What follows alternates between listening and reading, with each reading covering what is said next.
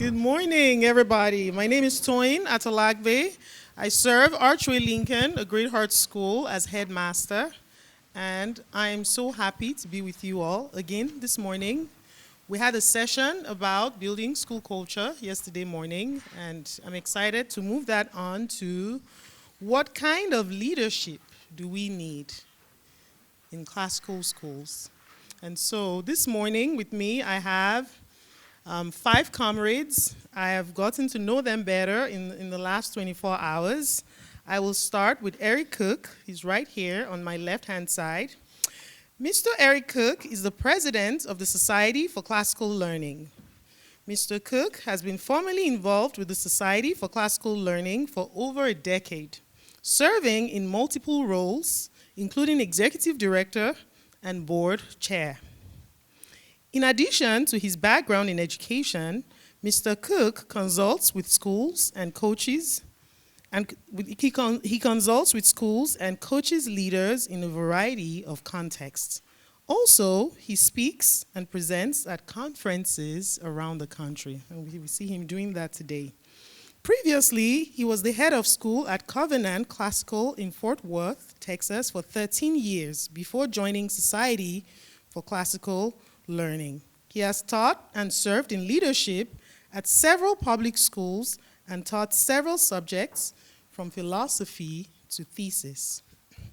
Next is Mr. Keith Nix. Mr. Keith Nix has served as the head of school at Veritas since 2010. Prior to moving to Veritas in 2010, Mr. Nix was a board member and then later head of school at the Westminster School in Birmingham, Alabama, from 2004 to 2010. Currently, Mr. Nix serves as the vice chairman of the Association of Classical and Christian Schools and the president of the Board of Academic Advisors for the Classical Learning Initiative. Prior to all of these, he was the chairman of the Society for Classical Learning. Mr. Nix is a founding Arete Fellow and has facilitated the Arete Fellowship gatherings since 2009. Next, we have Mr. John Balsbaugh. Mr. Balsbaugh has over 25 years of experience as a high school and junior high school teacher. He currently serves as the president of Trinity School, a national network of classical Christian schools. Previously, he served as headmaster, Trinity School at River Ridge. For the past 5 years, he has been designing the curriculum for a capstone course in world issues for graduating seniors. He has published on C.S. Lewis and serves as the editor-in-chief for Veritas Journal, an online journal of education and human awakening. Next is Mr. Ian Rowe. Mr. Ian Rowe is the founder of Vertex Partnership Academies and a senior fellow at the American Enterprise Institute. In addition to serving 10 years as CEO of Public Prep, he has held leadership positions at Teach for America, the Bill and Melinda Gates Foundation, the White House, and MTV, where he earned 2 public service Emmys. I've been in the company of a celebrity. Feels really good. And last but not the least is Dr. David Diener. Dr. David Diener is an associate professor of education at Hillsdale College. His previous experience includes 15 years in K-12 private education, 11 of those in administration, and 8 as headmaster of classical Christian schools. He is a fellow on the Alcuin Fellowship National Council and director of the Alcuin Fellowship Midwest chapter. He is a member of the National Council of Classical Educators and serves on the board of directors for the Society for Classical Learning and the board of academic advisors for the Classical Learning Test. He is the author of Plato, the great philosopher, educator, and has published several other topics in philosophy of education. So let's give our panelists a round of applause.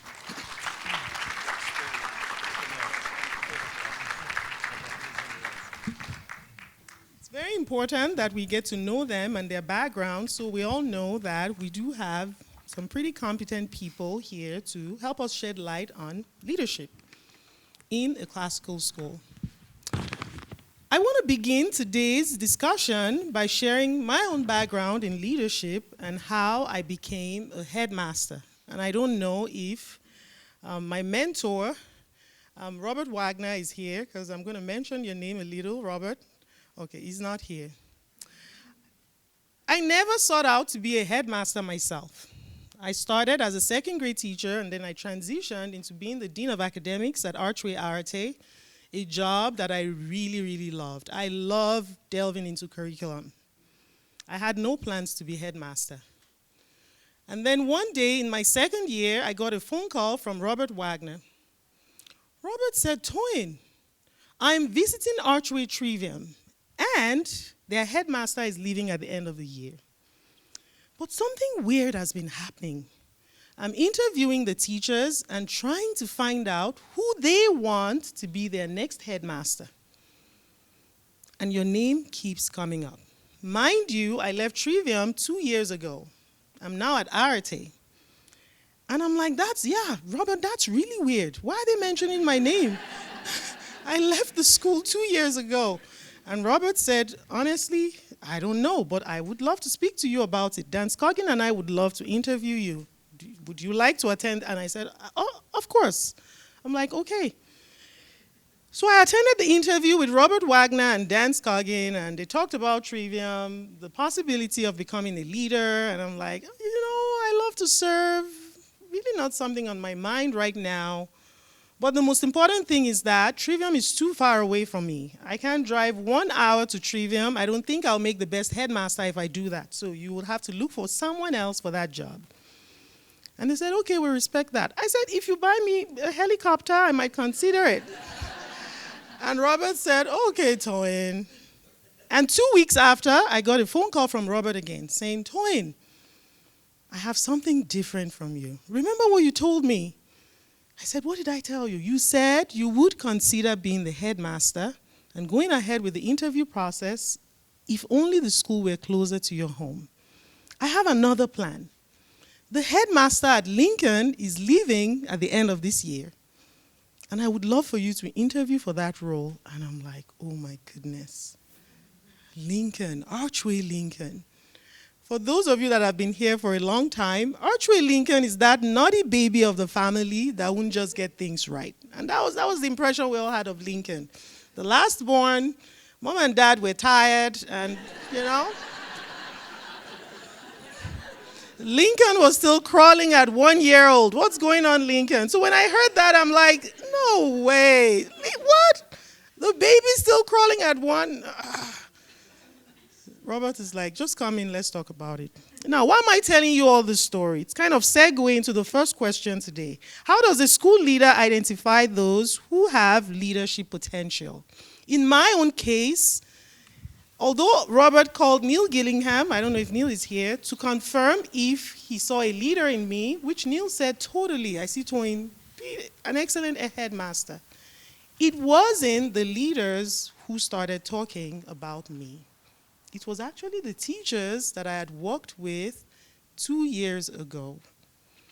And so I just wanted to drop that in as we reflect on this question today. The question is, how does a school leader identify those who have leadership potential? In my case, it wasn't even the school leaders who identified this. It was my co-teachers, people that I had worked with before. And so bearing that in mind as you answer this question, my dear friends, how does a school leader identify those who have leadership potential? And what role do you think teachers play in that? So. What's that? Go ahead and start. Go, Keith. Oh, because I wrote a list last night. Well, I think first of all, one of the things that's neat about this panel up here is if you think about where we came from. So part of what we do need to get better at is understanding within our organizations where leadership potential lies, because an academic setting in the classroom don't necessarily help you do that well. Teachers are in the classroom, they're with students all the time. So I think if we're looking within our own organizations, I think we have to be really intentional about that. A lot of times that's not even happening. Looking down, and we're busy running the schools and just trying to keep things going. But so prioritizing it, and I think there are a number of ways to do that. You've got to give people, you've got to listen to what other people say. When people you got to have a way to get feedback on people within your school that others are recognizing. So I think that was a really good point. And then you've got to create, I think we need to create opportunities where we see teachers in action in leadership roles beyond the classroom. And so we've got to create those. I think also, and everyone can speak more to that, and I won't take too much time, but I think what and that's what happened with Eric Cook and with David Diener. Sometimes the person in the organization, the teacher in the classroom, feels that leadership calling and asks for things and self-identify. Sometimes they don't self-identify, and others identify. But we also have a lot of classical school leaders that are more like myself, that were a parent, a founding board member, stepped in the head of school role accidentally, never intending to be a head of school either. Not my goal. But there are a lot of people who have a passion for classical Christian education, who are really gifted in leadership, and that need to be drawn into this. It's a much better way to spend your life than a lot of things that good leaders who love classical education are spending their life doing. So I don't think we're just looking down, but I think we're looking for talent within the movement, where people demonstrate a commitment to this vision, recognizing the importance of it and the value of it, and need help believing, whether they're coming from from down in the organization or from the board or from the community, need help believing that there's a path and a track to qualify them, to prepare them for the job. Yeah, so just if I can add, just with regard to identifying talent within schools, and Keith's point is very good that it doesn't always come from there. But it seems to me like there are some times when the person school leaders need to be open to recognizing leadership potential in people under them. So let's say the teacher who doesn't think of themselves as an administrator, isn't considering that, but starts to ask certain kinds of questions or have a certain kind of developing a skill set that you can identify. We need to be open to identifying that actively, and then being willing to go to those people and tap them. Sometimes you have people who, either for career advancement purposes or because of their natural proclivities, know that they are thinking in that direction, and sometimes they don't. Like in my case, I for a period of time just assumed that I was going to be a professor my whole life. That's kind of just what I thought I was going to do. And the first time I remember somebody told me, I think you have leadership, administrative potential, and could be a really excellent administrator. I remember I went home and I told my wife, hey, I got this random comment today. I never thought about this, and somebody said, you could do this. And so I think we need to be open to people who are expressing interest, and then also actively identifying when we see those. And one other point here would be that there's a negative side of this also, the flip side is not always the people who are doing a good job in a certain role within an organization should be pushed into leadership positions. So there's the concept of being promoted into incompetence, right? So the person who's the best teacher is not necessarily going to be the best, B-ring administrator or dean or whatever. And the person who's functioning best in that role is not necessarily going to be the best headmaster. So we have to be careful of that also, that we don't just identify excellence in one capacity and then assume that that's going to transfer into a very different kind of role. Yeah, I would add 2 points. You heard in my bio that I was CEO of Public Prep, which is a network of all girls and all boys charter elementary and middle schools, and I ran that for 10 years. And in 2010, when I was interviewing for the job, I said to the board that was interviewing me, if you take me, I will make a decadal commitment. So I made up a word. But the idea was I was saying that I'm committing for 10 years to be the CEO. And the reason I did that is that, particularly in urban education, I think one of the biggest issues is leaders leave and teachers leave prematurely. And if you're looking to build an institution, you need to have people who have the ability to make a commitment and to endure through the inevitable tough times, especially in environments where you know that there are going to be tough times. So that's something really important to me. That's what I'm always looking for when I get resumes, people who are triathletes or marathon runners. It's just interesting, the indicators that show you that someone has demonstrated their ability to commit. So that's really important for me. Second is when, historically, when I've looked for great leaders or great teachers in the past, I used to only look for pedagogical and coaching capacity, as well as deep subject matter knowledge. Like basically, do you know your stuff and do you have the ability to teach? But increasingly in the last few years, a third element has become almost more paramount, which is just ideological belief. And especially in an era where there's focus on equity and group identity, can I get at the heart of what this person believes? Do you believe each student is a human being with infinite potential as an individual, or do you see them as just an avatar of an oppressed or oppressor group? And again, maybe my experience in urban education, this has become prevalent and a huge screening issue which we try to get at. So those would be two things: the ability to commit, and then just an ideology that actually truly believes in individual dignity of our students. I think having a... Is it on? You're good. Is it good? Okay. I think having a vision for leadership that's very robust is really important. If we're going to develop leaders, and we have to know what leaders are and what leaders do, and that doesn't happen in some sort of static way. For example, a certain profile or a certain position or a certain title within the organization. But understanding what leadership is really important as you try to build and develop those under you. And I think having the mechanism and the culture where leadership is going to organically and systemically be matured and have a vision for it. So there are a lot of ways in which teachers can contribute without assuming a position of a division head or something like that.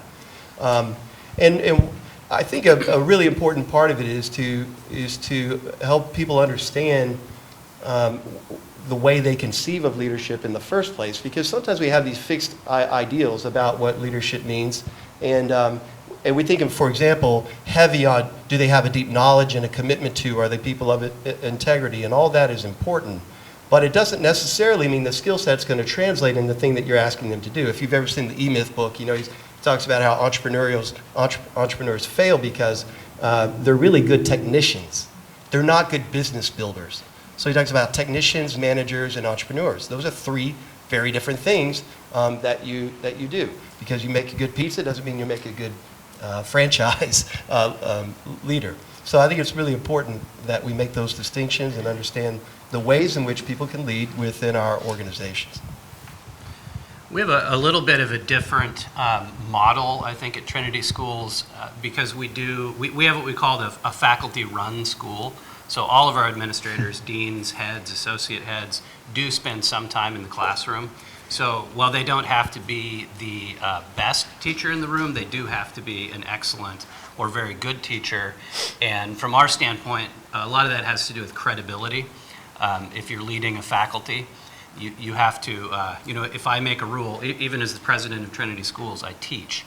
And if I make a rule for a class or have a brand new idea that I think is going to be dynamite, it's something I'm going to have to follow too, and I'm going to see how it works in practice. So that may be unique to our structure. But another thing I think I look for a lot, and when I'm in a faculty meeting or talking with faculty and listening for some of these leadership cues.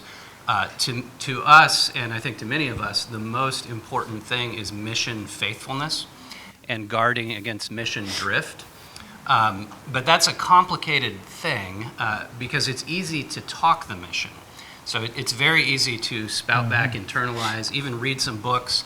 The most difficult thing is how to translate that mission into the details of complicated, practical decision making. So one thing that I'm often looking for when I'm in a faculty meeting or in a conversation with a faculty member is, are they asking those questions? You know, are they asking, okay, you're talking about Maritain's vision of human awakening, but what does that mean for my Latin lesson plan? You know, they're asking how to connect the vision to the concrete on-the-ground decisions they have to make. And that, I think, is going to be one of the most challenging positions of a leadership role in a school, is making that connection for people. They do have to be able to articulate the vision publicly, but the more important part of preserving mission drift is some of those tiny decisions that you may not know are coming.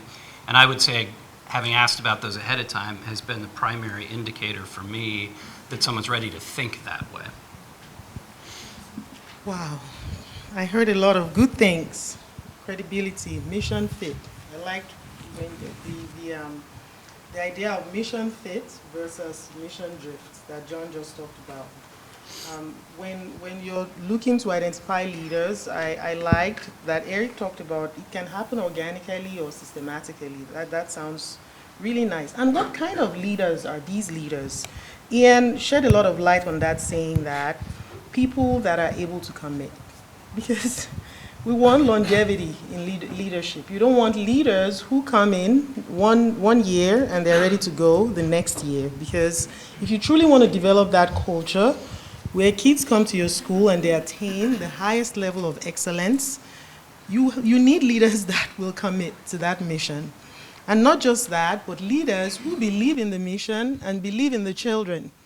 Because you're going to encounter a lot of challenges when you work with children. So I like that, Ian. There was something David said as well that stood out for me. You have to be open to people that have interest in leadership. There's absolutely nothing wrong in looking out for people that see leaders in themselves, right? But also look out for people like me that did not dream to be a leader, but people just saw a leader in me. And I want to round that with Keith, who said, just watch, look, listen.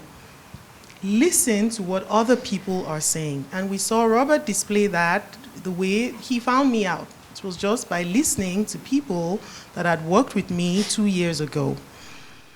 I want to end with another personal experience that's pretty fresh in my memory. Just before Christmas, my immediate boss is here today, Leanne Bassett, whom I love so much. Leanne, wave. I would love to show you off. Leanne is my immediate boss, and she was visiting my school just before Christmas, and she started asking me questions about, where do you see yourself 2, 3, 5 years from now? And I'm like, well, I haven't given that a thought. I'm thinking of doing something on my own, consulting, coaching. I love coaching parents. And Leanne looked at me. She said, have you ever considered being an executive director? And I'm like, no, Leanne. I don't want to be in your shoes. I don't think I can do that. And Leanne said, what if I tell you you are already doing that? You're a senior headmaster. As a senior headmaster, I have 2 headmasters that I mentor. I meet with them every week. Yay, Clay! I meet with them every week. We do life together, we fellowship, we visit each other's schools. We have lots of fun. And Leanne said, that's what an executive director does. And I'm like, yeah, when you say it that way, that's true. It's just that I have just 2 headmasters. And Leanne said, yes, Toyin, I totally believe you can do it. And the conversation ended there.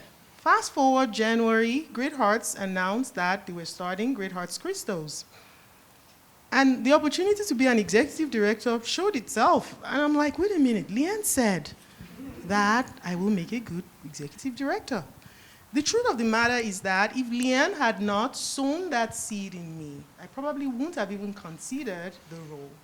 And so as leaders, we need to look at the people that have been placed in our lives and just mentor them. Sometimes they don't see what you see from the vantage point with which you see it. And so I just wanted to throw that out there to kind of cement everything that our friends have said today. We have lots of questions. Our next question: what are the design features of a training program that apprentices, school leaders can be a part of? Well, we actually, Keith and I are the co-directors of the Gordon College Master's Program in Classical School Leadership. We've thought about this question a lot and designed an architect program around this question. Of course, those can happen, similar kind of program can happen within your school, but several things that we had in mind in developing that program, some of which was already mentioned. And that's a vision for leadership that aligns with the classical, in our case, Christian tradition as well. So what does it look like to be faithful, be a wise and virtuous leader in every aspect of what it is you do at your school? And how do we really articulate that and help people build the skills, the knowledge, the character to embody the ideals that we articulate as a school and the things that we value? And that's a really important part of it. So a few things about that I think are really important that drive it.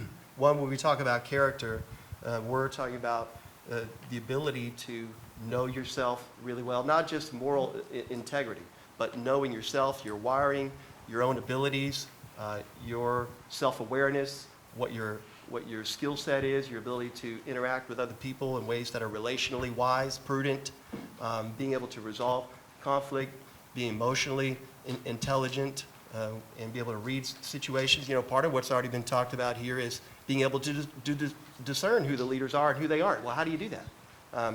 You have to develop those skills over time. So I think a lot of the mistakes, at least that we've seen in the classical Christian world, are we find people who are really smart, they have lots of degrees, they have a lot of desire, they have potential, but they don't necessarily have the relational wisdom necessary, which is absolutely key and critical if they're ever going to be in that position in any kind of sustained way. And if they can't communicate well, be compelling, cast vision, resolve conflict in ways that are wise and discerning, be imaginative in how they resolve issues, think about the impact on people, forecast what decisions will, how they'll play out, nuance between various variables and the decisions they make. That's where we see folks get upended. For example, you talked about having deep convictions and beliefs. That's important too. You need those convictions because you're going to be tested. And how you carry the emotional weight of your leadership and how you set boundaries on yourself and connect with other people and really grow yourself with all those tensions and realities of leadership. Those are the things where we see it fall apart. We have 200 schools right now that are in the 0 to 10 year phase. And there's a life cycle of an organization where certain leadership skill sets and wirings are more conducive to certain kinds of leaders. But if you're not, so for example, my strength finders, all 5 of them are in the strategy category. So from like 0 to 2, I'm on fire. I love it. But when you get to that kind of settling in, becoming an institution, I get really antsy. Now, I know that about myself now, but I didn't know myself in my early 30s when I was actually in that position, wondering why I was feeling a little bit stale.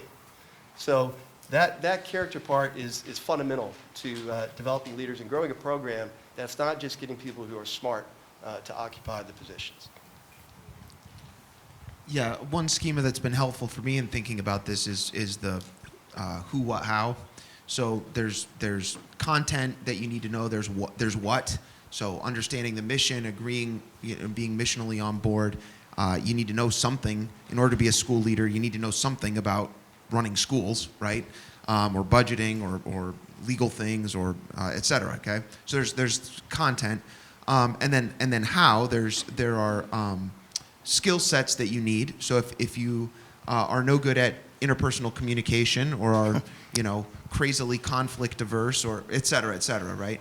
And as Eric said, understanding how your skill set or a potential leader's skill set may be very relevant to an institution's needs at a given point, but not at another point. That's really, really important.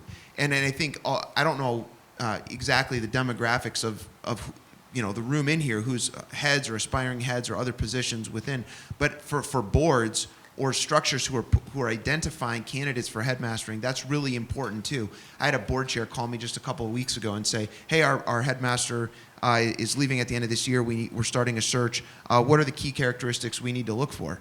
Said, well, that depends on where your school is and where you're going, right? So being able to match what the school needs with those different kinds of strengths that school leaders may have. You may have an excellent leader, but not for your school at this time, et cetera. So that, and then what Eric referred to, the what, the how, and then the who the person is, and developing.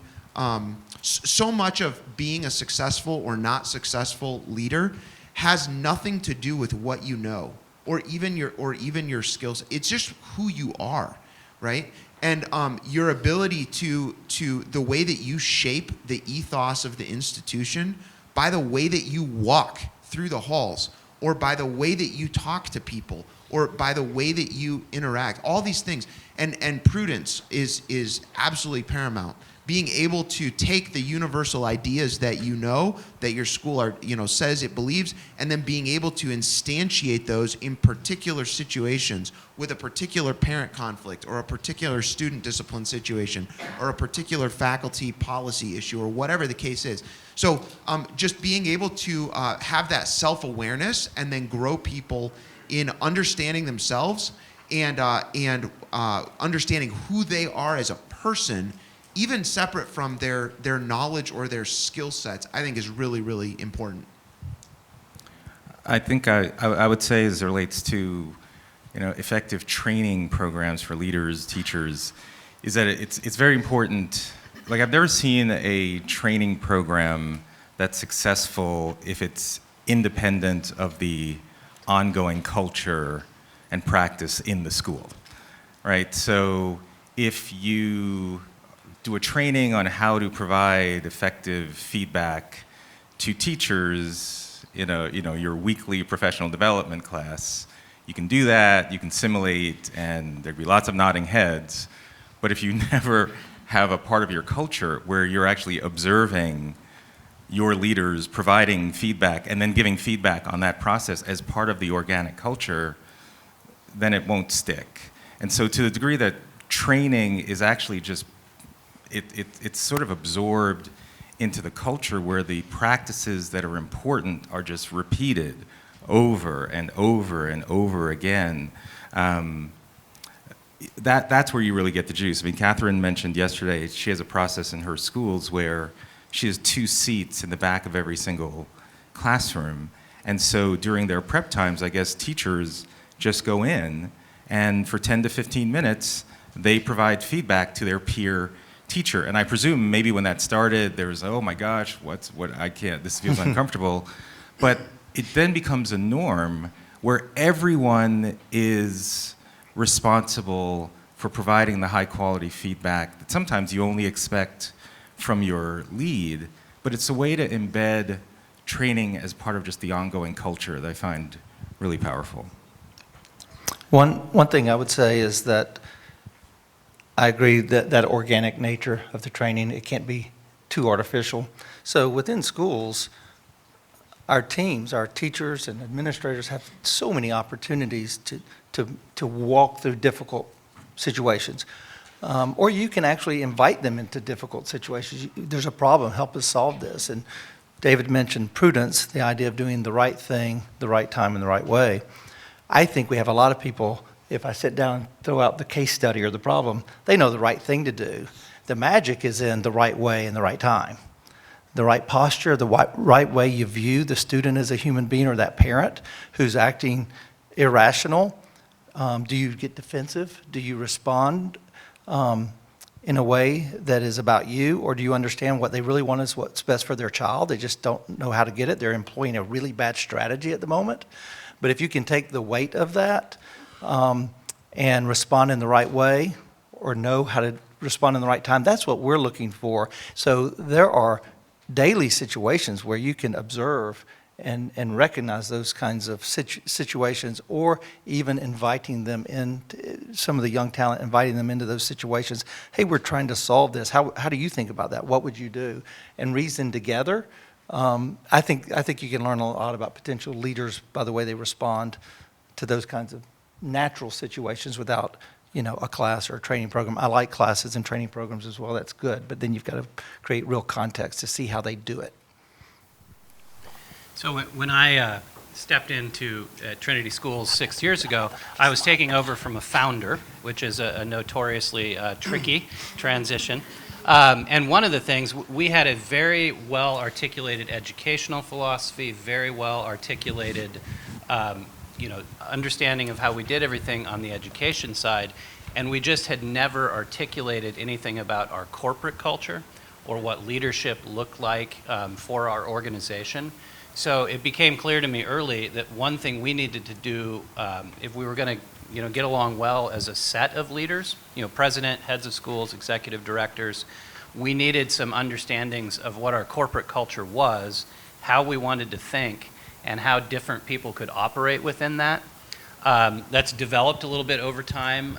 We meet all together every other week, and then I meet with each of the heads and executive directors individually in the off week. So there's a lot of FaceTime talking about these, but it also became clear that everybody needed to know what to do if there's a conflict, what to do if I feel like things are moving too quickly and my voice was not heard, or if things are moving too slowly and I'm wondering why we're still hung up on this. So we developed a sort of set of just corporate understanding of how we were going to operate together, which was helpful, though it remains hard. If somebody is someone who always feels like things are moving too quickly, it's hard, even if you've been told to do so, to say, could we just slow down? But we've taken a lot of those things as, okay, that's sort of a trigger word for, okay, we're moving too quickly. You have unique gifts that we might need to hold on this decision for 3 days, because I respect the fact that if I give you 3 days, you're probably going to have something valuable to contribute. The other thing we ended up doing that I think was very valuable, in addition to all this FaceTime, was investing, and it is not cheap, but it's, I think, been fairly important for us, investing in outside executive coaching, which we all use the same executive coaches, so there's a certain amount of, they help understand. They come from one perspective. We've chosen one method. It fits with who we are as an organization. It's sort of rooted roughly in choice theory as applied to an executive situation. And so we all have this sort of common access to somebody outside to say, hey, I'm having a hard time navigating this conversation, or I have a conversation coming up. I'm afraid it's going to go badly. You know my strengths and weaknesses pretty well through these executive profiles. Do you have any tips for me? And I know for me personally, it's been transformative to have an executive coach who's not in the organization, who doesn't have a vested interest in how things go out, or how things turn out within the organization, who can say, well, here's, and the number of times they said, here's what you're going to be inclined to do, and here's what you should do. Like, yeah, you're absolutely right, because my first instinct was to go in and mishandle that situation. So I would say that's been a very helpful tool, relatively recent for us, but worth what we've had to pay for it. Can I say one more thing? Of course.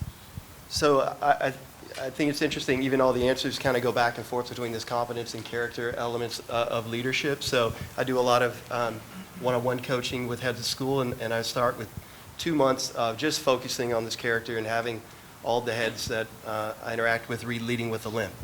And if you've heard of that book by Dan Allender, he talks about 4 things. 1, character is the most determinative aspect of your leadership. Number 2, your character is deeply flawed, more than you know. 3rd, your character deficiencies are going to hurt people within your organization. And 4th, working on your character is long, slow, complicated, and messy. If you could start with an understanding of your own deficiencies and inabilities, not just on the competence side, because ahead of school, you're not competent to do it to start. Let's just say it from the front. The quicker you come to terms with that, the better you will be to listen and orient yourself as a learner and not get yourself fired in short order. The other part of it that's really important is to actually invest in the character elements that are more complicated and messy, and that's just generally not part of the training programs that currently exist. So, for example, In our program, we do a TKI assessment.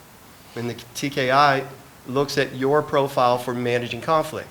So Keith here is more of a accommodator, and we have some people who are more in the competitive category. That means you're going to be on some spectrum of assertive to passive.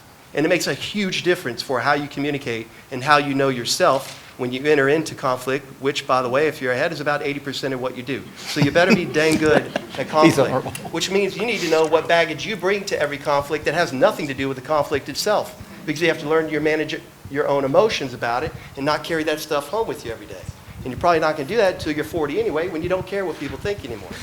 So all of those things are really, I'm kind of on a soapbox. I love it, though. I love your Stop, I'll stop. I love your soapbox. I'll stop. I get the office next to this guy every time. I mean, I'll stop. There's more to that, but it's really important you know yourself and be able to take meaningful feedback from other people. And how you receive feedback really is a product of your character as well. Are you defensive? Are you emotional? Why? Why do you react the way you do when people give you feedback? What if the feedback comes to you in some kind of emotionally charged way? What do you do with that? Can you still take something meaningful from it? Can you de-escalate? Can you, like Maxwell says, take the temperature, right? If someone's response, emotional response, is disproportionate to the issue itself, it's not about the issue. If you make it into it, then you'll escalate rather than de-escalate. So sometimes the best thing to do is sit there, take it on the chin, revisit it another day. But how do you know that? You probably know that by screwing it up and having it escalate enough times where you figure it out. So you need 10,000 hours of conflict to be able to get good at it, and every new leader needs to know that, because it's not going to go well for a while. So they should watch someone who is good at it and who has mastered that and observe, and then play the tape back. What happened? Why did I say that when I said that? Why did I skip over that question and not chase that sort of thing that they were concerned about? There's reasons for all of that. Some of those are intuitive and some of those can be learned. But all of those things are the meta thing in my mind about what leadership really entails. Well, and that involves both the self-awareness to understand what the baggage you're bringing to it is, how you tend to respond, how you ought to respond, all that self-awareness, but then also an incredible amount of interpretive prudence, because even given who you are and your own history and your own tendencies and your own baggage, responding to one person, in a conflict situation even, what is going to work in one situation, you have to be able to read that person, because it's very different than what might happen in the very next meeting or tomorrow or from what happened yesterday. So being able to not only calibrate yourself, but then within your own self to understand where you're coming from, but then be able to, with prudence, implement that in very different ways depending on the situation, right? When to be soft, when to be hard, when to push, when to, like, all that kind of stuff requires an incredible amount of interpersonal, emotional intelligence, self-awareness, and prudence. That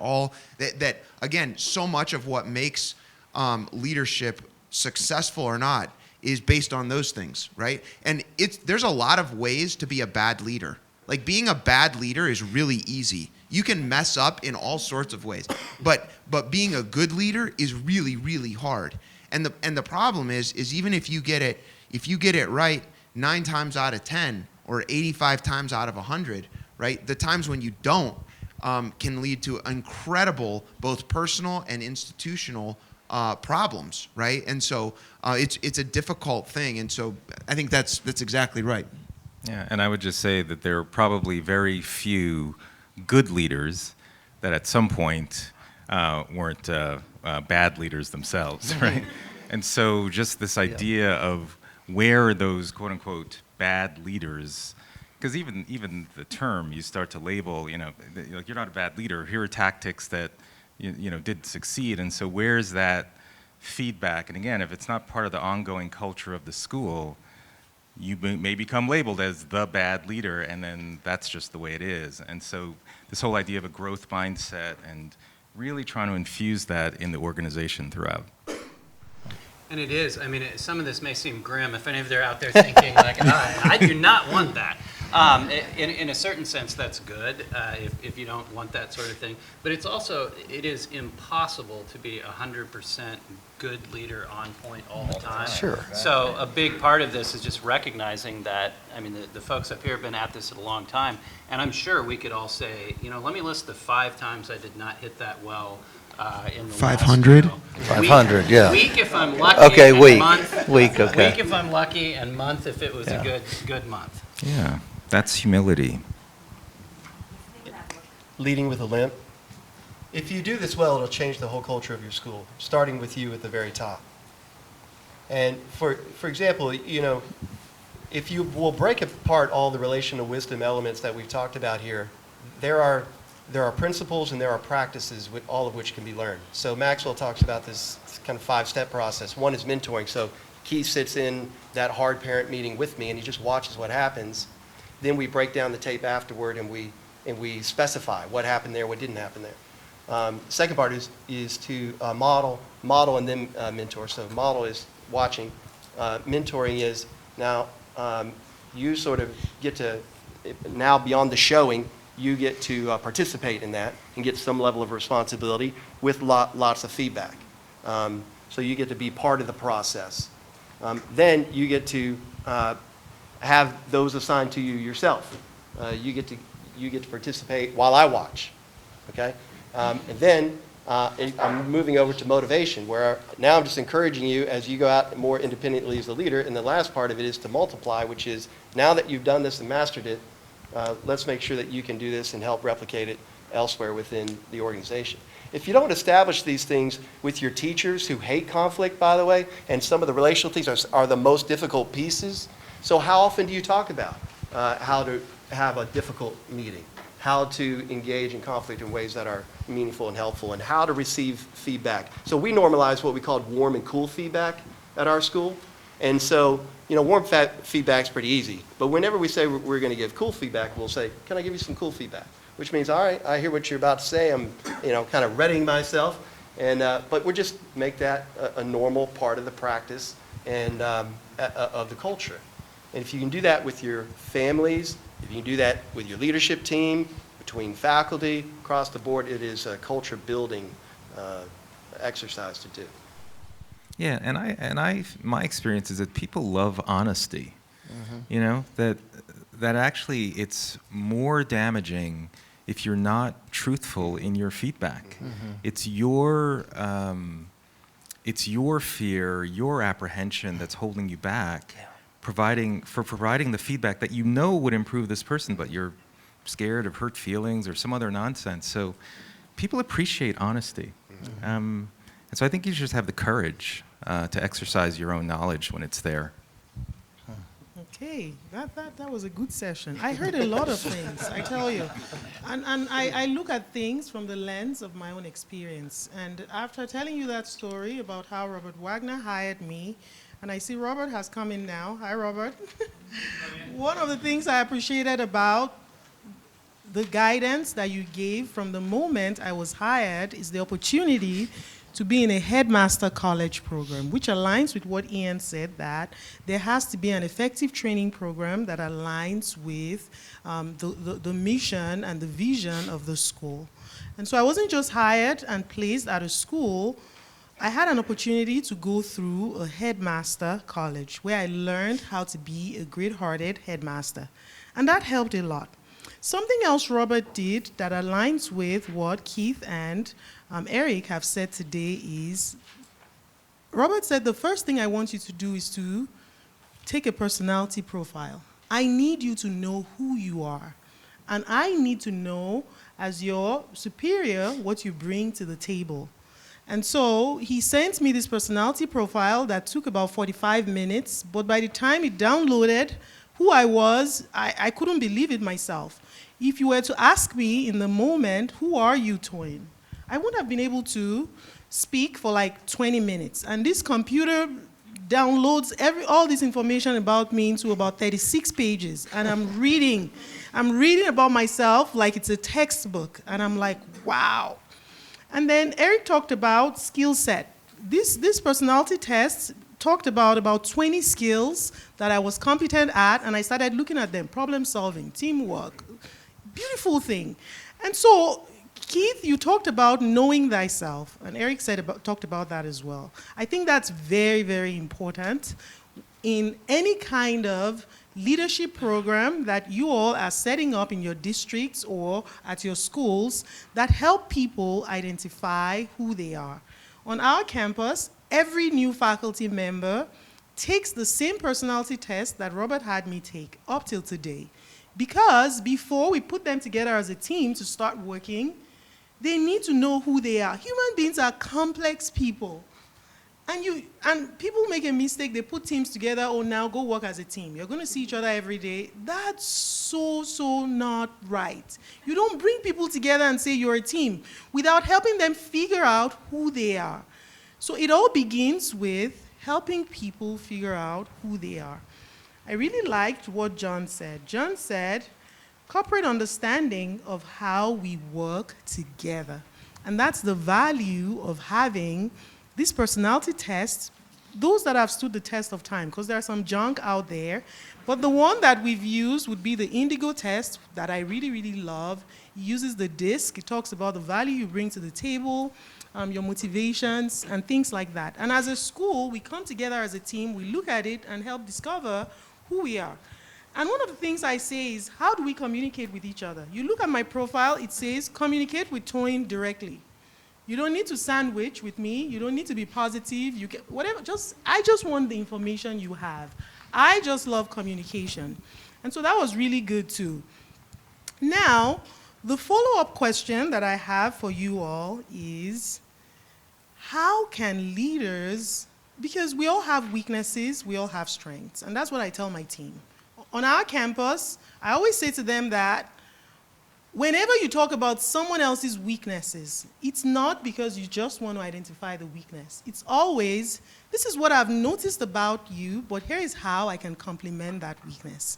Or I can complement that weakness, but I think John can help you complement that weakness.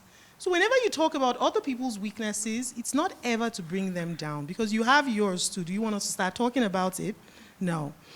But my next question to you is, how do we, as leaders, help our team members grow in character? And I know you mentioned that briefly. I think it was Eric that mentioned it, but I want us to go back there.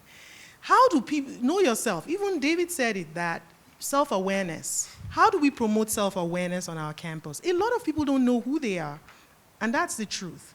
Some people know because they had parents who nurtured, who spoke into their lives and told them, oh, you're good at this, you're great at that. I love it when you do that.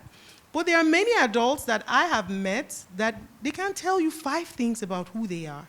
How do we intentionally create a culture of self-awareness on our campus as we develop leaders? Okay, so I'll try to keep this short, but I basically teach a whole class on this, and I think it's really important along the same theme we've talked about. So first of all, if you look at the illustrations of prudence in the tradition, and you should do this, just go Google prudence in Renaissance art or before. And what you'll see is a female, because prudence is the mother of all the virtues, and you'll see prudence holding a mirror. That has obvious implications for self-knowledge and being able to see yourself, but mirrors also had a future orientation to them. You'll see the lady's face looking to the mirror. In the back of her head will be an old man with a beard, so that there's this backward orientation and forward orientation. We're drawing from the wisdom as we look forward and also examine ourselves. In her other hand, you'll see a compass. So there's an orientation, sort of a context of knowing where I am and who I am, and understanding the context in which I'm in, past, present, future. And that's really important. What Calvin says is that you can't know yourself without knowing God. And he says that wisdom consists of 2 parts, knowledge of God and knowledge of self. And when we contemplate God, we understand the deficiencies that we have by sort of comparison. And when we reflect on ourselves, because of our deficiencies, it takes us out of ourselves to God. So you start with that. You can't know yourself by yourself. And by the way, all of these intensive 360s that I've done the head do a self-evaluation with their head of school, and they identify 2 areas they want to improve. Then they identify 6 to 8 people that I'm going to go interview, and I'm going to ask them 3 questions. What does Keith do well? What does Keith need to change? And if you were Keith's advisor or mentor, what would you tell them to do? By the way, you have to say number 2, what would Keith change? Because people, if you say what do they need to improve upon, people are terrible at truth-telling in our culture, so they don't tell you. So if you say change, it's something more concrete. And inevitably what happens is that level of self-evaluation is about this big, and what I get from 8 hours of interviewing people is that big. And the biggest thing to do is close the gap. And you have some level of self-awareness about your deficiencies and even your strengths, but nowhere near what other people perceive, and you have to be clear about closing that gap. And that will help you in terms of acquiring your knowledge of yourself and acquiring the prudence to be able to do that. Yeah, similarly, one of the things I think as a leader you have to be willing to do is reveal your own vulnerability. And so, we follow 360 practices as well. And so, when I was CEO of Public Prep, basically we had about 36 people provide anonymized feedback. So it was my entire board, all of my direct reports in the network, all of my principals, and even 3 of our parent council heads. And it's quite a thing to get that kind of feedback. And something that's really important about this process is that each of the people giving feedback know that they won't be identified individually, just to get this point about honest feedback. So it's anonymized, collected feedback that themes are brought forth, and there was a segment of my board then provided this feedback, and it was always terrifying, but always incredibly important in terms of my own development. But what I realized, it had such great benefit to the organization, because everyone in the organization knew at some point that reported to me in some way would have an opportunity to have voice in my performance. And then it encouraged each of my leaders to have a 360 process for themselves. So each principal then had some kind of process where their school leadership team, maybe the heads of departments, even some parents, provided that kind of feedback, plus their own self-reflection. So I would encourage that. If it's not typically done in a lot of schools, a 360 process, but if you look at most high-performing organizations outside, in industry, it's a staple. I would argue. So I would echo the idea of you revealing your own vulnerability in that way, be willing to do it, and model it for the rest of the organization has lots of value. I will give one tip. Where that goes really wrong is when a board or an authority figure is doing that around the person and not involving the person. Yeah. So the best thing for your team is for them to hear you say, I want this feedback. 100%. If frequently boards will contact us and say, we want to know directly from, well, I said, you've got to invite the head. You've got to invite the headmaster in that conversation. It's better that they actually ask for it, not you. That creates suspicion. And then you can have a way that it's anonymous, the way the feedback comes in. And the idea is for the head to then have a conversation, to be a part of the process. This is this is what our people told me. So independent school management has a list of 16 head of school characteristics, and if you know ISM, all their stuff is research based. So this isn't a list of 16 things you have to do or be to be a head of school. It's 16 markers of heads that have met certain criteria of success over the long haul. And it's some of the things you would expect and some not. And it's really done by your faculty, which is quite interesting. So that's a good tool. That's a good, easy starter tool. And then I have a more complex one with my direct reports. But yeah, really, really good to do, but really good for you to own it. One caveat to that, you'll get very different outcomes by passive surveys versus facilitated interviews. Those are, I'm not saying you shouldn't do one or the other, but, and you don't necessarily have to do that intensive 360 every year, but doing that on some kind of regularity outside of just your KPIs, if you want to call them that, for the head leadership just something to consider. Yeah, and on our surveys, actually, we actually asked each person, would you like to have a in-person conversation or phone conversation? So it was important. 360s. We use 360s as well, Great Hearts. And I think one of the things I've learned from Leanne is just having that humble, vulnerable conversation, because she also has to take it. We have to kind of give her feedback. And she sits with all the headmasters and she'll like, okay, thank you for the feedback. Here is my summary. These are 2 things you all want me to work on. And here are 2 things you all said I am great at. I plan to continue doing these things, but I will work harder in this area. And it just allows for transparency and development of relationship amongst the people that you work with. So I really like that.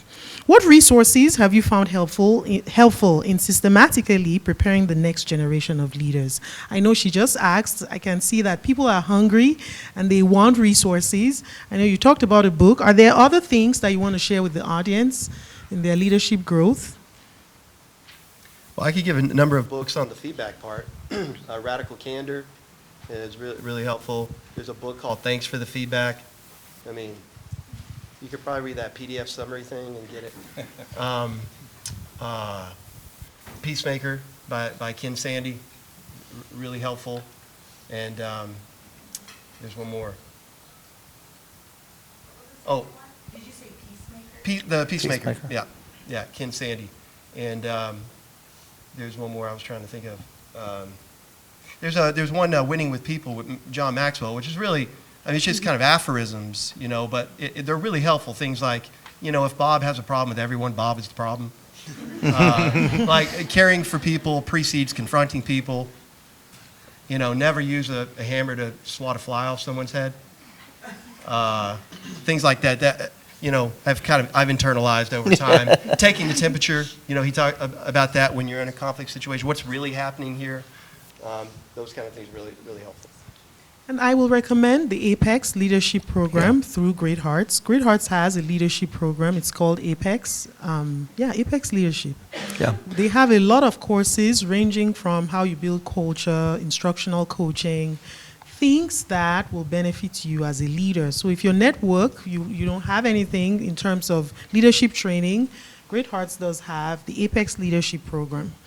You mentioned executive coaching. That was something else that really helped me. When I became headmaster, I was attached an executive coach, and he's outside of the network, so I felt very comfortable with him.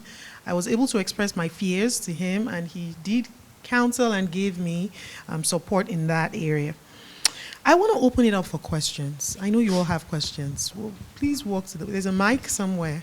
Yeah, in the back, right in the middle. What's on your mind for panelists?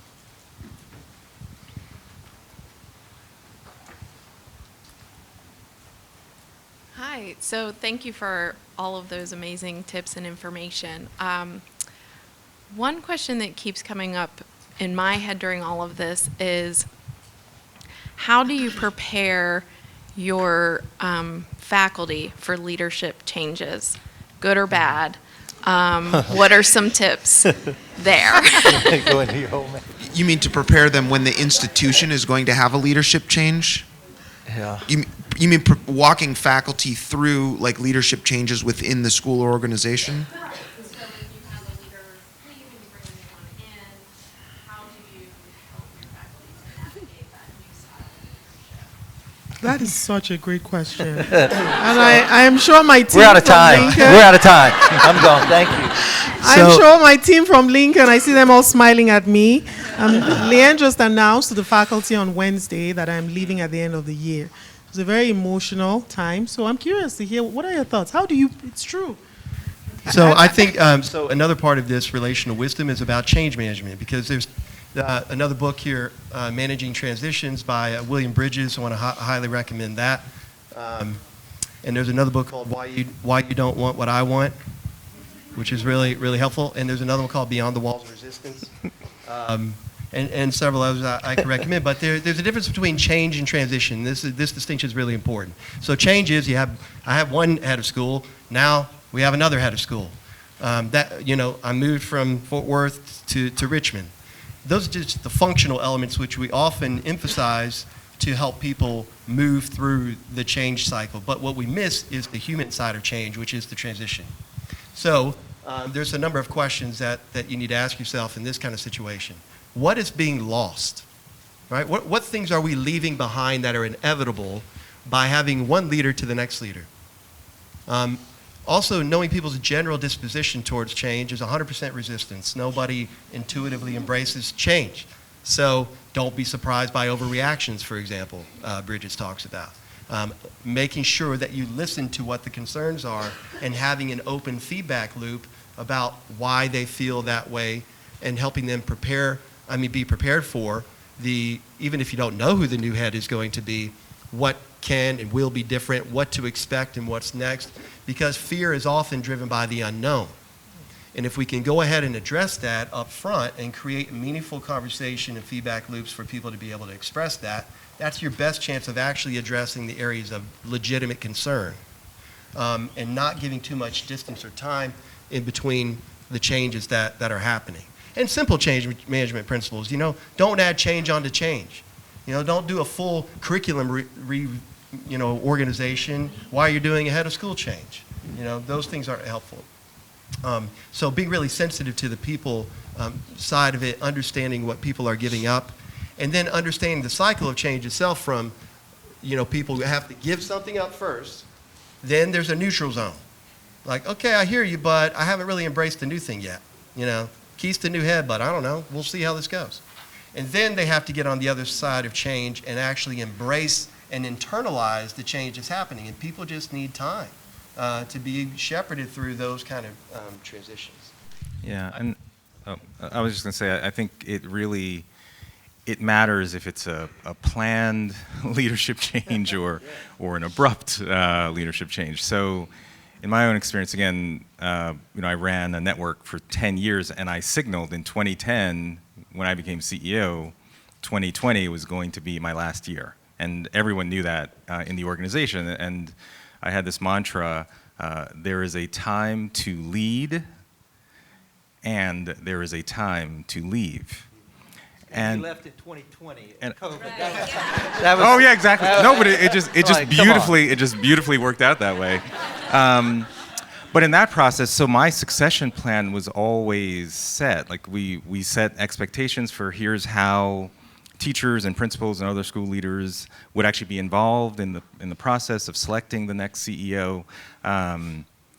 So that worked out, I think, really well. If you can figure out a way to orchestrate your own departure in a way that's proactive and helps the organization, that's the most beautiful thing. Abrupt change is it's so contextual in terms of what the reasons are.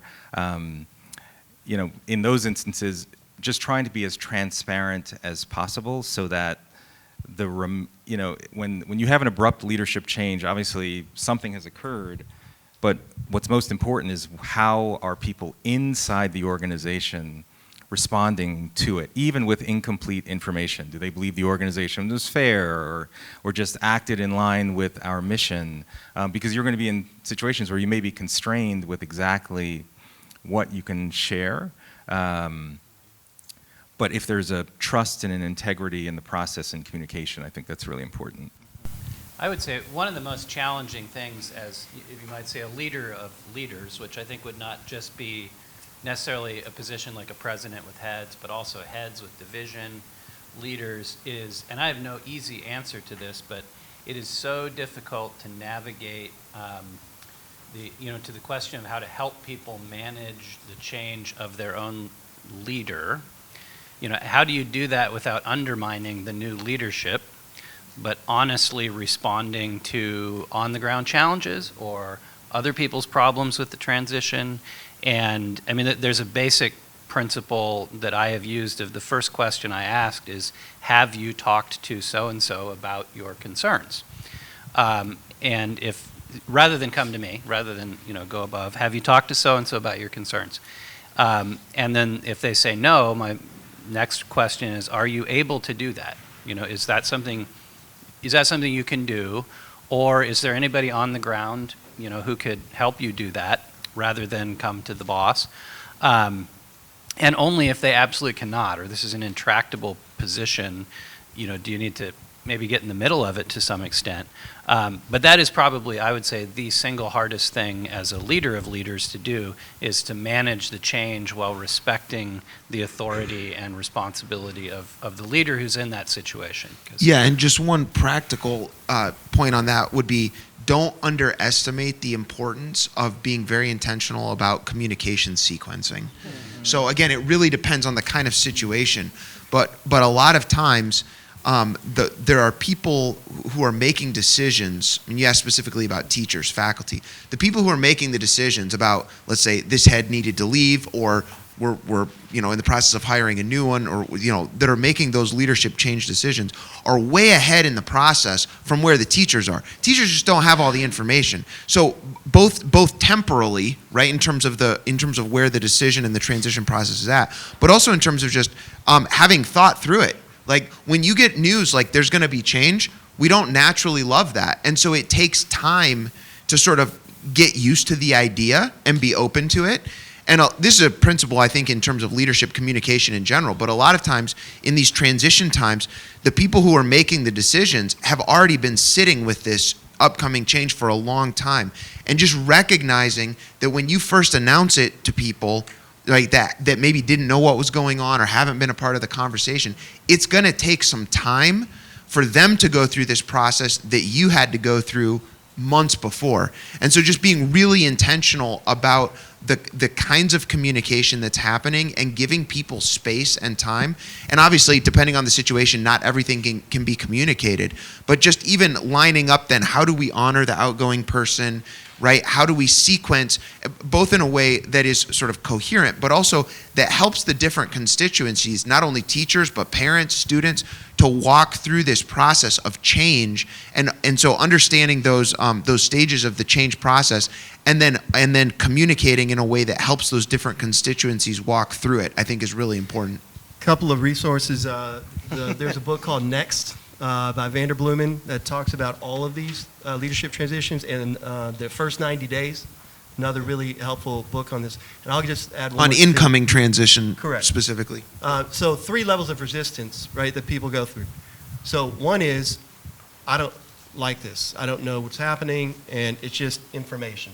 They're not informed enough. Okay, that's the easiest level to deal with. Oh, well, let me explain more details. The second one is, oh, okay, I get it. I don't like it. I hear you, but I'm not on board with it. The third level is, oh, I get it. I don't like it, and I don't like you. So what you have to learn to discern is that's the trust broken. That's the area that you really need to pursue. And in the book, Maurer talks about how to do this and how to listen for when the trust is broken. Because what we tend to do is when trust is broken is go back to number 2, give more information. I just need to clarify for you, and it actually makes it worse. It deepens the distrust because now you're trying to sort of work around and manipulate me a little bit instead of just dealing with the right thing. So when trust is broken, then you have to stop the conversation and say, how are we doing? And now how do I repair before I can get you on board with this embrace of change? That was such a beautiful question. And yes, sir. I'm interested in knowing how you all achieve longevity in your roles, or if longevity even matters, right? Because I think a lot of these networks are growing rapidly. People are moving from position to position, and in 1 and 2 years, they're successful, and so they're elevated. How do you stick around for 10 years? Is it just a matter of saying it out loud and making people hold you accountable? And again, does longevity actually matter for the long-term success of a school? So the question for those in the back is, how do you achieve longevity, and how important is longevity? Does it really even matter? I mean, as I said in my opening remarks, I think it's fundamental. So yeah, when I took over public prep, in the first assembly I had with the entire faculty, I said, I'm the CEO for 10 years, as long as you'll have me, And what I was trying to signal is that I'm committed to building an institution, and I want you to share that same commitment. And I did, 2020 was my last year, and I was running elementary and middle schools. But I've just launched a new network of virtues-based international baccalaureate high schools. I haven't made the same 10-year commitment, but I'm at least 5 to 10 years, because it just takes time to build institutions. You're going to make mistakes, you're going to succeed, fail, and we just can't have a culture or an environment where it's just okay to leave, especially for the populations of kids that we have who are so used to people abandoning them all the time. And so I want folks to just, hold the line, stay with me. Yeah. The things we do in life echo in eternity. It's beautiful, but you just need real commitment. So I think it's fundamental. Personally, I think there's also an element of, I benefit from the Stoics on this. There is also an element of recognizing from the beginning that there are factors outside of your control. I think longevity is very important, but to make it a personal goal if you get into a crisis situation, it may trap you from doing what you need to do because you become concerned with holding on to the role for the sake of longevity. So I do think there's a complicated thing for leaders in how to both believe that you should be the person doing this, and that's why you're here, but recognizing that even in that, there are all sorts of forces that are outside of your control. There are pandemics, there are crises, and the question of being the right leader for the right time is also, you can't guarantee longevity wherever you sit. Yeah, I mean, one of the things that's interesting just about the millennial generation, I know folks find it, just the teachers that you're hiring, are they just to compare this current generation to what we imagined 20, 30 years ago in terms of the kinds of commitment that you're making to your profession or your career, it's just dramatically different. And I don't think, younger teachers, for example, they're not coming in with this idea of, I'm going to build this institution. It's kind of 2 years maybe, and then I'll see what's better. And for classical schools, virtue schools, I just think part of what we're doing is demonstrating the ability or the blessedness of long-held principles and commitments to ideas and virtues. And so that's what we want to cultivate in our staffs as well. Yeah, the first line in that Vanderbloom book next, he says, every leader is an interim leader. So if you go with that mindset, not for the sake of putting yourself in a short-term window, but knowing that there is a time when your leadership's going to expire. There's a time to lead and there's a time to leave. Time to leave. So I don't think that time, I by used to think definition. that tenure was kind of a fixed good. But if you look, like the Southern Teachers Leadership Agency did a study, and the people who are most likely to have the shortest tenure are high ambition, high curiosity, which is me, by the way. Shocker. But, so, there's certain profiles where, okay, is that guy gonna, or gal gonna stick around for the long term? And would it be just a given that sticking around for a longer period of time would be best for the school as a whole, or even, for the leader? Not necessarily.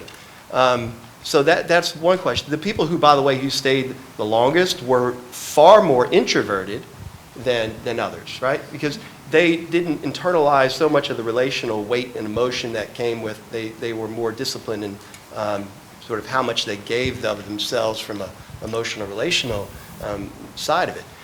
I mean, I think the tension with that is exactly what Ian's saying, is really to do something and make an impact. Someone told me, unless you're there 7 years, you're not building your own culture. My academic dean used to say a real curriculum change takes about 7 years because of just the complexities of actually implementation and renormalizing all the things that have to happen. But we still have a major problem. I mean, at 3 to 5 years is still the average tenure for a head of school. It's horribly expensive. I think the average is $75,000 to turn a head over. And, search firms are ridiculously expensive. It's disruptive for the morale, for everyone. It begets other turnover from faculty and other leaders. I mean, there are a lot of implications for that level of turnover. One other comment is, just like we've said, within the life cycle of a school needs a different kind of leader at different points in its growth cycle. I think the same is true of the classical education movement as it grows. And so when you have, the movement right now is growing rapidly, and the forecasts are it will continue to do that. And so it may be that that say for a given organization who's trying to do rapid expansion, like you mentioned, that it's necessary in the short term to move people more often. But long term, if we want to establish a kind of maturity and a kind of stability, I think we do need to move toward a model where the longevity is prioritized as appropriate. And that partly comes from the heads, from the people in leadership, right? Like Ian saying, I'm committing to this for 10 years. It also partly comes from the organizations or the boards above, and the way in which we're managing heads and supporting them, right? So they don't burn out, so they don't walk away, so that we're giving them the resources that they need to have that longevity and the stability that then permeates down through the culture. Because right now, I mean, just in terms of the market reality, if you're a good school leader and you don't like where you are, you can go and get a job somewhere else because there's opportunities everywhere. We don't have enough, right? And so for our schools and our networks, I think it is important that we identify those leaders that we want to keep, and then build structures intentionally to support and nurture them and help them to grow, so that they do stay and that we can reap all the benefits of that stability. Wow. I just want to add that make sure you look before you leap. In addition to everything they've said, like don't get overexcited about opportunities being out there. Think deeply about it. I'm a person of faith. I really do believe in prayers, and so I would just pray. But whatever you believe in, just make sure you think deeply before you make that next leap, because leadership in and of itself is a service of love to humanity. It's not an easy thing. Yes, ma'am. You had a question. And just it's very easy to sort of valorize, the next the grass is always greener on That's the other right. side, and the folks in the next place are just as human. And you take yourself with you. Yeah, and exactly. Yeah, please use the microphone. It's right behind you.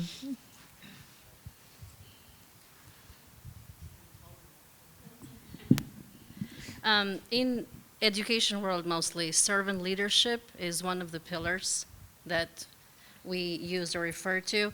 How do you maintain this sense of serving to your faculty and show it to them, and yet also try to help them or understand that there is a broader spectrum to leadership, so you don't get to, I got it, I don't like it, I don't like you, type of thing? I'll take a quick stab at it. I think publicly, one of those 16 characteristics is giving faculty and staff public praise. I think the faculty have to know that you think that they're the heroes, that the adult in the classroom is what makes the difference in whether our kids are flourishing or not. And so if you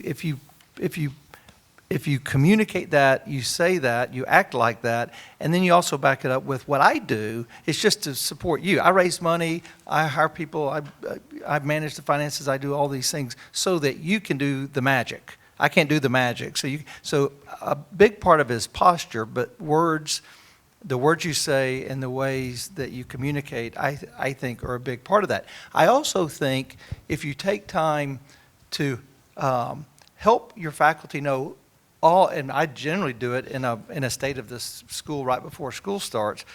I go broad in the big picture of all the kinds of things that I'll be doing in the given year that they don't want to do, that they don't care about, but they actually need to know that I'm doing those things, so that they don't see what I'm doing, but they need to know that what I'm doing is really vitally important. So I bring them into them. I give, their eyes roll when I go through the financial picture of the school. Like 2 or 3 are interested, but or how the board is changing and what what priorities on the strategic plan we're working on that don't hit their day to day.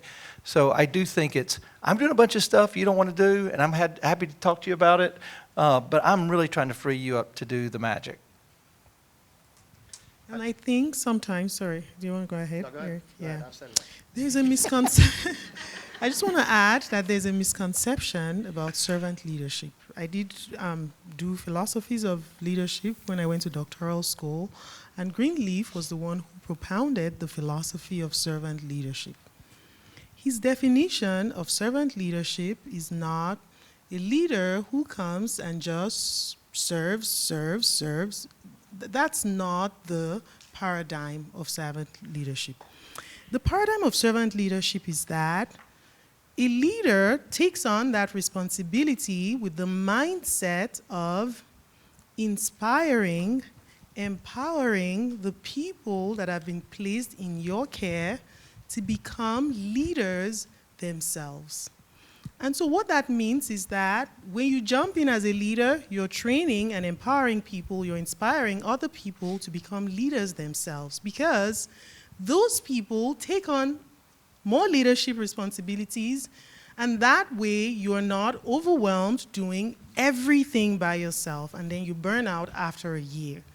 And so, for example, on my campus, I am finicky about roles and responsibilities. A teacher comes to me about curriculum, I send them to the Dean of Academics, because I am not the Dean of Academics. But I have trained the Dean of Academics, we've worked together, she's self-sufficient, she's doing her own thing. Our Dean of Students, behavior, okay, I am the assistant to the Dean of Students on my campus. If there's a behavior issue, mind you, when she came, like the first 2 years, we'll sit together, make phone calls to parents, we did everything together. By the end of the second year, she just started flying without me. And she just has those conversations, parents are not complaining, so you train over a period of time, and then you let go. And so what that means is that parents go straight to her. So my inbox, I am not overwhelmed by behavior issues, parents complaining, it goes to the Dean of Students. And so the idea of being a servant leader is empower, inspire the people that have been placed in your lives to become leaders themselves, because they will provide support for you, and that way you don't burn out over time. And so I love to correct that misconception that the servant leader just comes to serve till they burn out. Anything else to add to that? Okay. I like to think of my title as CEO, not Chief Executive Officer, but Chief Empowerment Officer. That's good. That's great. Yes, David, please come to the microphone. Oh, sure. Just, I need to introduce David. I need to introduce David to all of you. David used to be my immediate superior before Leanne took over, and he helped me a lot. He helped me be a really great leader. I just wanted to say that, David. Thank you for investing in me. You are a servant leader, right? See where I am today. But what's your question, David? I just wanted to build on the discussion about servant leadership raised for me the question of setting boundaries, which I think Eric named that earlier, as something that's important for a leader to do. And I think it's something probably we all struggle with in our own ways. And it would be, I would love to hear what boundaries each of you set up for yourselves, and how did you train your mind and heart to actually submit to those boundaries, and at the very least to be able to turn it off and be present with your family for an hour or whatever, however much you were able to do it. So yeah, I would love to hear the answers to those questions. Well, I have a wife and 2 children who declare the boundaries for me often. And that's important. As much as I, love the thousands of kids in the schools that I led, my first and primary responsibility was to my own 2 children, and I could never get those 2 things confused. So, to the degree, again, this is where commitment, I think, comes back. It's not just commitment to your professional life, it's also commitment that you demonstrate even in your own personal life. I mean, I want folks that work in our schools to have healthy marriages, to have healthy lifestyles. Everyone in my organization now knows I'm part of a fat dads competition. It's like Rebecca knows it, because it's like I'm 30 dads in my community. We're all part of this Biggest Loser competition right now, and it's really fun. But we all lose weight, and it's healthy, and it's fun. But like everyone in my organization knows that I'm doing that because I'm a real person, and I do want to last. Maybe I will make a 10-year commitment. Now that I think and it's also healthy environment for working. You know, you want to be around people who value you beyond just the parameters of what you're delivering in the school. So I think actually it comes back to commitment in every facet of your life. And that school, as important as it is still actually a compartmentalized component of who you are. I've been doing this for a long time now. They call it time blocking, but I heard 20 years ago, make and keep appointments with God and self. And then I added family. But I really look at my calendar and I block time. And if you block time for all of your priorities, you never would stand up a donor or a meeting with a teacher or even a colleague, but we stand up appointments with ourselves and our families and God all the time. So time blocking in ways where you really commit your calendar, look at a whole month, look at 3 months at a time, and block off time. And whatever accountability you need to not cancel appointments on yourself or on your family is really important. I am personally terrible at all that time blocking stuff, so this is not good for me at all. Any time management, just personal weakness. One thing that was very helpful for me, though, recognizing that was going to be difficult, was to preserve some of those things that are most important to me as a human being. And the family things are also very much there. I have 5 kids and a wife who's long-suffering. But I'm also a semi-professional photographer. So I committed to myself that I would not pass up or leave behind beauty. So there were simply times when I said, I am taking my camera, I'm going into the woods, and I'm going to do some nature photography.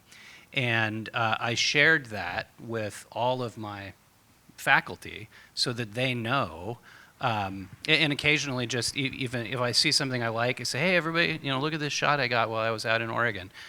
So that they know my whole life is not leadership and leadership development. I have interests that correspond to the way of life we want to live and to the thriving in the world that we do. Sharing poems with people, listening to their poetry, just gives a sense that this is not all about the structures of the school day and the administration of our work life. Yeah, and in addition to all those external kind of boundaries, I think it's really important, it has been for me, to recognize internal boundaries also. So just, like if I'm having a difficult, a conflict situation, right, and I'm carrying that home. I have a wife and 4 children also, so, you can be at home but not really be at home, right?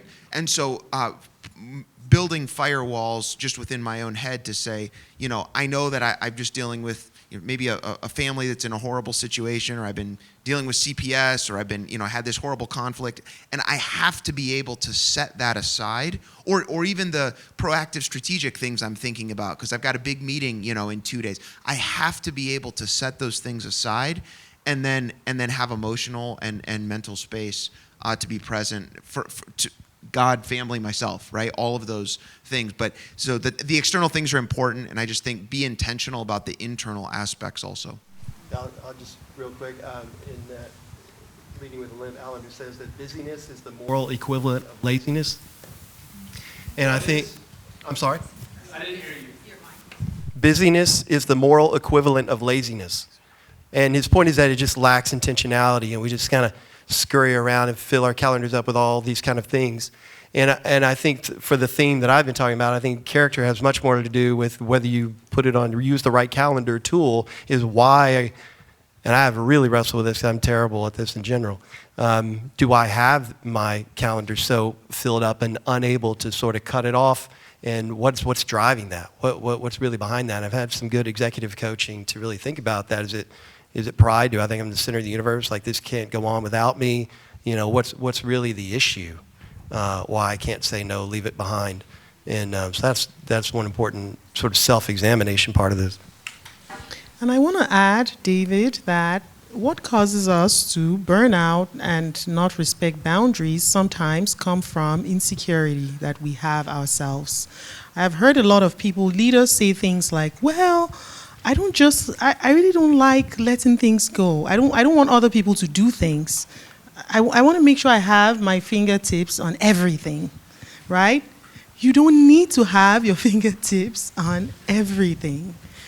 Invest time in empowering and training and inspiring people, and that helps you create your own boundaries, and you don't have to do everything by yourself, and you can spend time with your family. And I'm not saying I'm perfect. I mean, I struggled too for a while, and Leanna really, really took time to help me self-care and make sure that I was prioritizing the things that matters most. But I think it begins with forming a habit of being a servant leader, empower people, inspire people, trust, and let them do their jobs. And have a system of accountability and feedback so that there isn't any breakdown in communication.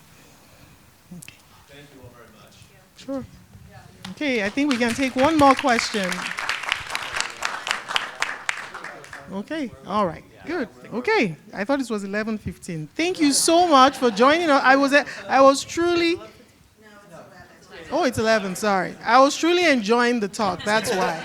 Thank you so much for being a part of this. Thank you, panelists.